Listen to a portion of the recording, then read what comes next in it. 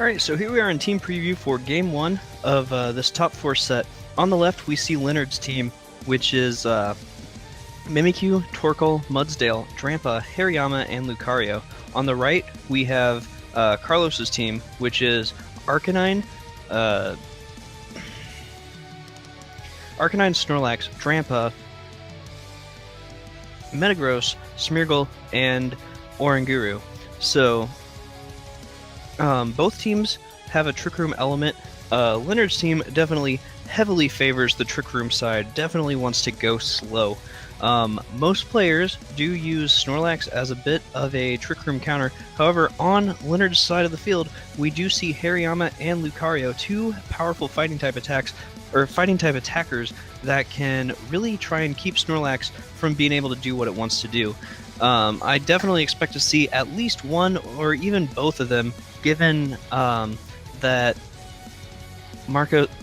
Carlos has 3 fighting weak Pokemon and no resist. So Hariyama can definitely expect to get a lot of mileage here.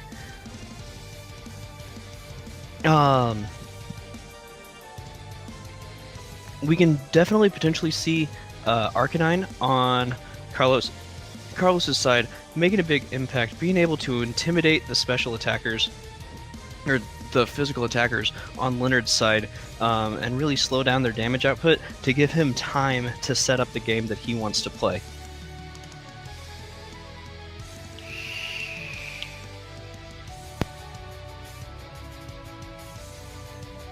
So jumping into game 1, we see Carlos leads with Oranguru and Arcanine. Meanwhile, Leonard leads with Mimikyu and Hariyama.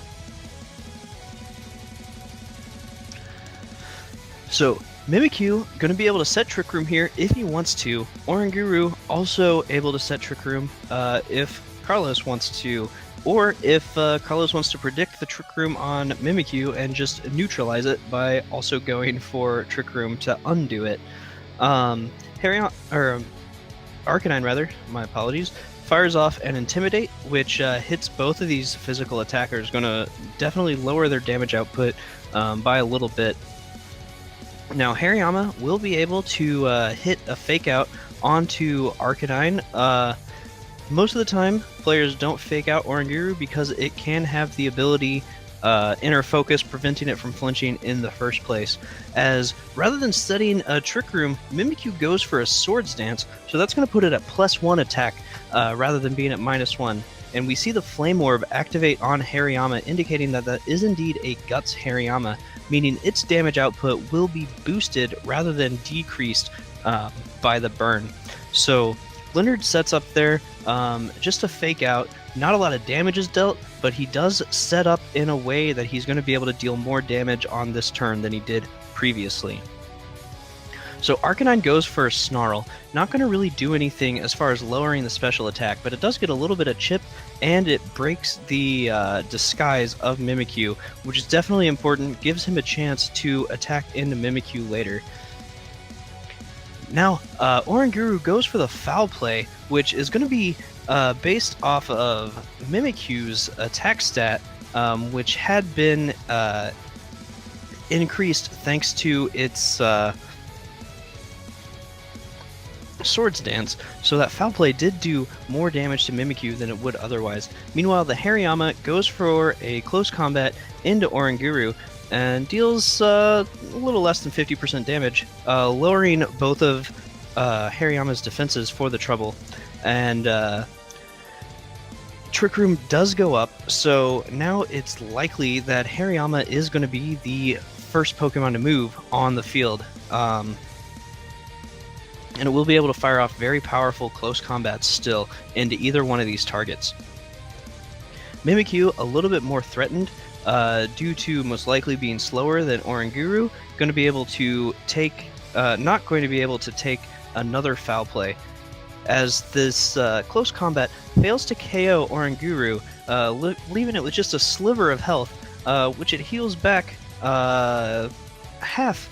It heals back 50% of its health thanks to its Pinch Berry that it's able to eat, as this Foul Play does connect with Mimikyu, picking up the KO. And so now Arcanine is going to be able to Flare Blitz into a Hariyama who has already taken 2 defense drops due to foul play or due to close combat. So Hariyama also goes down here. Trick Room is still active, but Carlos was able to pick up 2 KOs, leaving him in a 4-2 position. So we'll see what Leonard has to be able to come in and see if he can take advantage of the remaining Trick Room turns. So we do see Torkoal and Mudsdale, and these two are definitely going to be able to threaten what Carlos currently has on the field. Mudsdale is going to be slower than that Arcanine, able to hit it with a very powerful ground move in high horsepower, and Torkoal also being the slowest Pokemon in the format that people reasonably use. There are slower, not fully evolved, but Torkoal in general is the slowest Pokemon you're going to see in the format at all. Definitely going to be going first in Trick Room here, being able to fire off very powerful sun-boosted fire-type attacks. So it looks like we're probably going to see this game turn from a 4-2 to a 2-2 very quickly.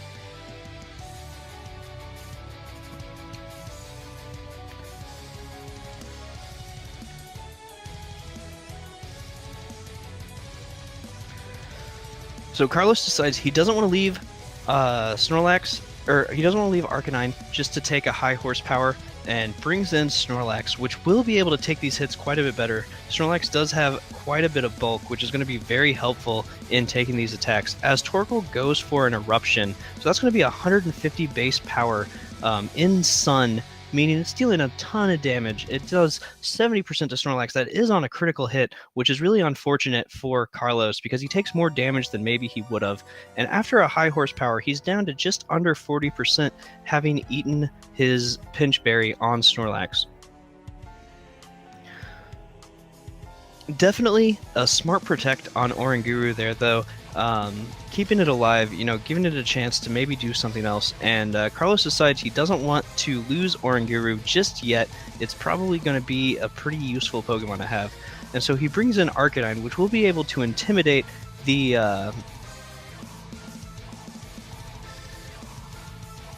Mudsdale, which will be really important later on in the game as Mudsdale goes for physical attacks. Now it does get the high horsepower, connecting with the Arcanine, going to pick up a KO, and so now we're in a 2v2 situation where neither of Leonard's Pokemon have taken any damage. The damage output of the Mudsdale has been lowered by that Intimidate, but Torkoal is entirely unaffected by that, as we do see Drampa coming in here. Drampa is going to be in a strong position, being able to resist the fire-type attacks that Torkoal wants to fire off, and also having a massive special attack stat of its own. However, it's not going to be slower than either of these two Pokemon, so until Trick Room is up, it will be moving second, meaning it's going to have to take 2 attacks from Leonard before it even gets a chance to go on the offense.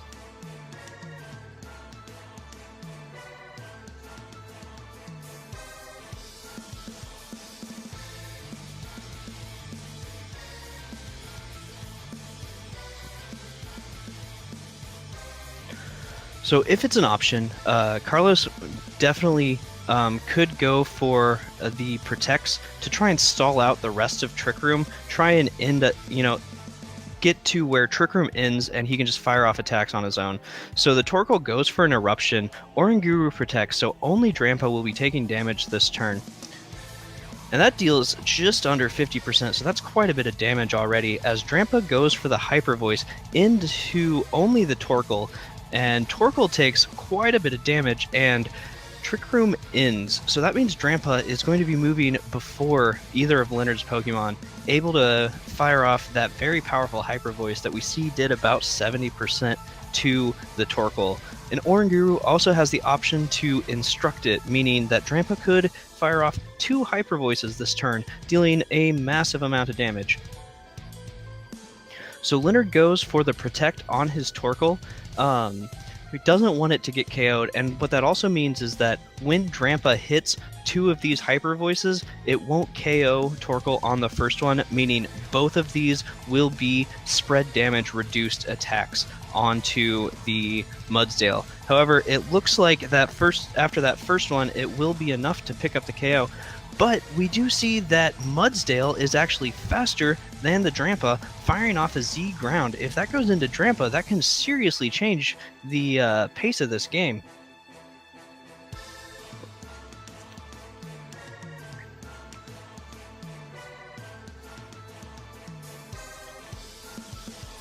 Drampa, unable to survive the Tectonic Rage, goes down, and so that leaves Oranguru versus Mudsdale and Torkoal.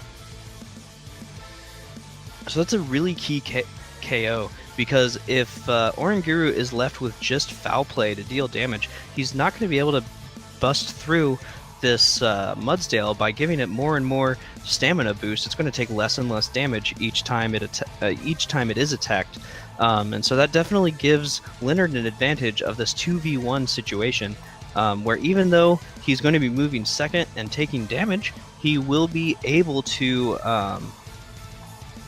out-damage his opponent.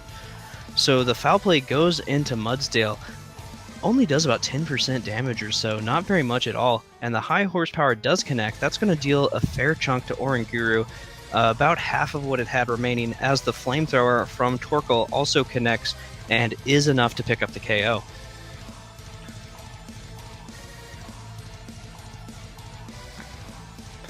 So there you see, this is a really interesting thing to note, that Leonard went down by 2 Pokemon early in the match, but was still able to turn it around, because by the time his Pokemon had been KO'd, he had set up a situation where it was advantageous for him to just have the 2 that he had remaining. So while Drampa was able to deal a lot of damage to both of Leonard's remaining Pokemon, it just wasn't enough, and it wasn't quite quick enough to deal enough damage.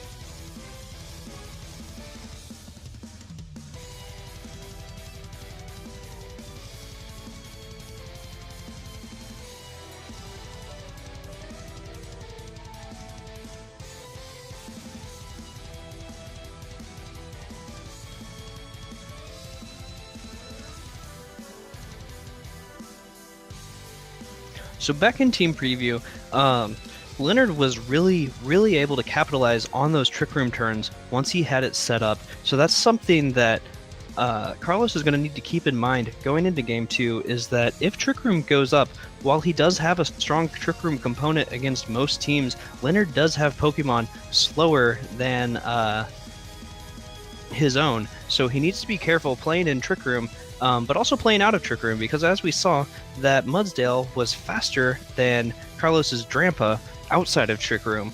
So it's really a hit and miss game. Like, do I have the tools I need for inside or outside of Trick Room, and how do I capitalize on it?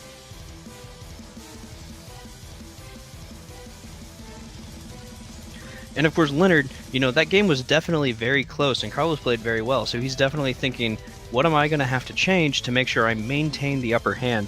Is Trick Room going to be the answer? Or do I need to work on operating outside and maybe just bulking attacks rather than setting Trick Room?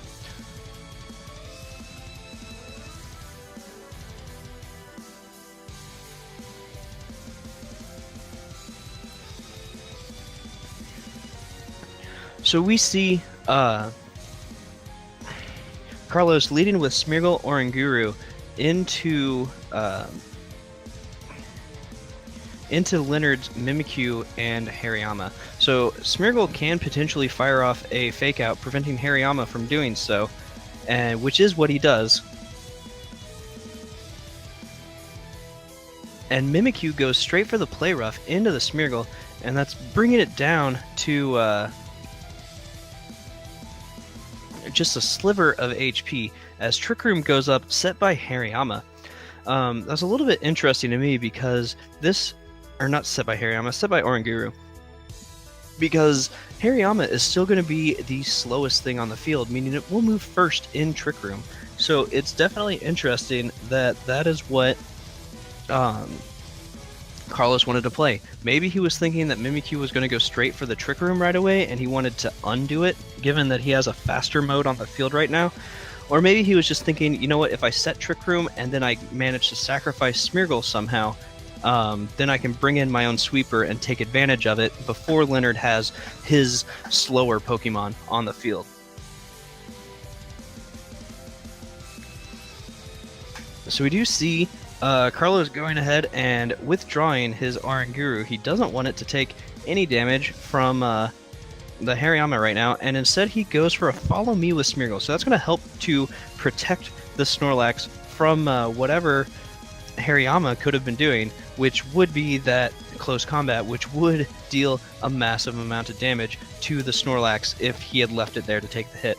And so now we see Mimikyu going for a Swords Dance, so that's going to boost its attack up, and it's going to give it the opportunity to deal a lot of damage in these following turns. So one thing we do want to keep in mind is that Hariyama is now at -1 defense, so it will be taking increased damage from the Snorlax or from the Drampa that's coming in here. Drampa being able to fire off like a Hyper Voice. Hariyama's special defense is not that high, so it will be taking a lot of damage.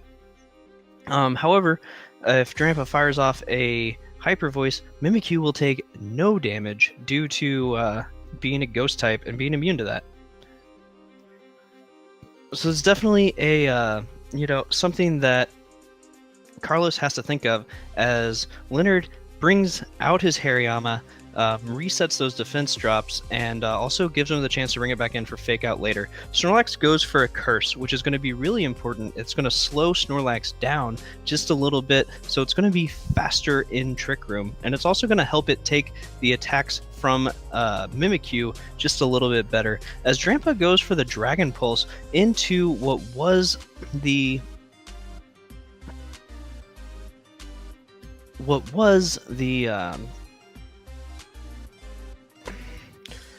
Hariyama slot, dealing a good chunk of damage to that Torkoal, meaning Torkoal's not going to be able to use Eruption for big damage, forcing it to go for either Heat Wave if it has it, or Flamethrower, which we have seen it have. So it will be doing not quite as much damage that way as it would previously. And so now we see kind of the opposite situation of what we had previously, where Leonard has 4 Pokemon remaining and Carlos has only 2. However, both of his Pokemon are at full HP, and he definitely has the opportunity to deal some damage. So we do see Snorlax go for the high horsepower into the Mimikyu, and so that will break its disguise and give him the chance to knock out the Mimikyu on a later turn.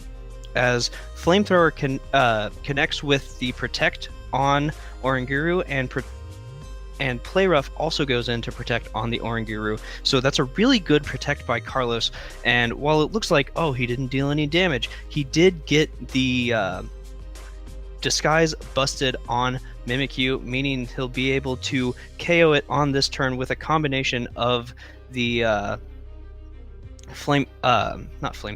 with a combination of high horsepower and I guess another high horsepower. I'm not entirely sure I like that play so much, because this high horsepower could actually go into the Torkoal slot instead, but it did connect with the ultimately connect with the Mimikyu, which is really important, because if Mimikyu got to attack with the +2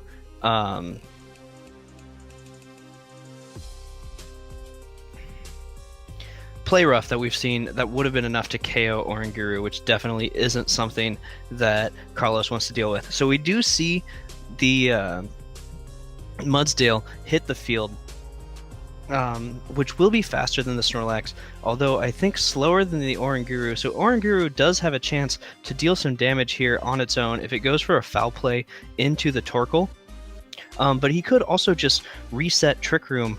However, he goes for the Foul Play into Torkoal. That will pick up the KO. So that's going to leave a 2v1 situation, as Snorlax goes for another Curse, which is going to boost up its defenses and really help it out